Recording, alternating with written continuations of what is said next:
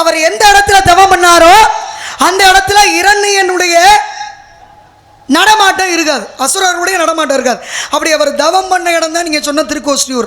அதனாலதான் அந்த இடத்துக்கு மட்டும் ராமானுஜருக்கு இங்க சிறப்பு இருக்கு, மாசிம கண்ணனுக்கு சிறப்பு இருக்கு. எல்லாத்தையும் சொன்னா அந்த ஒரு கதைக்கு மட்டும் 1.5 மணி நேரம் ஆகும். அப்படி என்ன தேவையோ உன் கேள்விக்கு எது பதிலோ அதை மட்டும் நான் சொல்லிருக்கேன். அப்ப நான் சொன்னதுக்கு மட்டும் நீங்க என்னைய கேட்டீங்க. என்ன அந்த சிவனேஸ்வரோட பேர் என்ன? பேரு சொல்லல, நீ என்னைய மட்டும் கேட்டீங்கல்ல. ஆமாமா இருக்கு உன்னை கதையில சொல்லுங்க. சரி பேர் தானே. இப்ப அக்னி தீர்த்தம் என்று சொல்லக்கூடியது ராமேஸ்வரத்திலே அந்த கடலுக்கு என் பேர். ஏன்னா ராவணனாகப்பட்டவன் சீதையை கவர்ந்து சென்று அசோகவனத்தில் 300 நாட்கள் வைத்திருக்கிறார். அப்படி 300 நாட்களுக்கு பிறகு சேதுபாலம் அமைத்து பிறகு ராமன் தன்னுடைய வானர கல்லறைப்படைகளோடு சென்று சீதையை மீட்டு வந்தார். அப்படி மீட்டு வந்தோடனே உலக மக்களுடைய சந்தேகத்தை போக்க வேண்டும் என்பதற்காக சீதையை பரிசித்து